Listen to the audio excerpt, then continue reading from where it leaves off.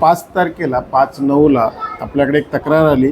फिर्यादी पूनम गुप्ता यांनी कळवलं की त्यांची 14 वर्षाची मुलगी ही घरातून मिसिंग आहे, मिळून येत नाही आहे. त्याप्रमाणे आणि यापूर्वी तिचे एका मुलासोबत अफेअर होतं आणि तो जो मुलगा होता तो शाळेच्या स्कूलच्या बसवरती ड्रायव्हर म्हणून होता. तेव्हापासून तिचे अफेअर आहे हे त्यांना माहिती होतं. त्यामुळे त्यांनी फिर्याद देताना मुलगी या त्या मुलानेच पळून नेली असल्याची तक्रार दिल्याने आपण तो सुरुवातीला गुन्हा दाखल करण्यात आला होता. गुन्हा दाखल करून आपण त्या मुलीचा तसेच त्या आरोपीचा शोध घेऊन त्यांना ताब्यात घेतलं.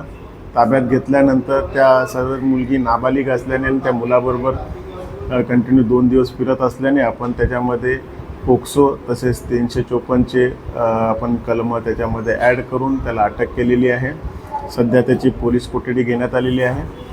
त्याच्यामध्ये त्यांचे काही शारीरिक संबंध किंवा काही झालेले आहेत का याबाबत पण तपासणी चालू आहे. मेडिकल्स दोघांची करण्यात आलेली आहे. अधिक तपास WPSI कटारे करत आहेत. आरोपी काही गुन्हे आहेत? आरोपी कुणाल गायकवाड याच्यावरती यापूर्वी पण 324चा एक गुन्हा दाखल आहे. त्या व्यतिरिक्त इतर कुठले त्याच्यावर गुन्हे नाही आहेत, परंतु 324चा एक गुन्हा दाखल आहे.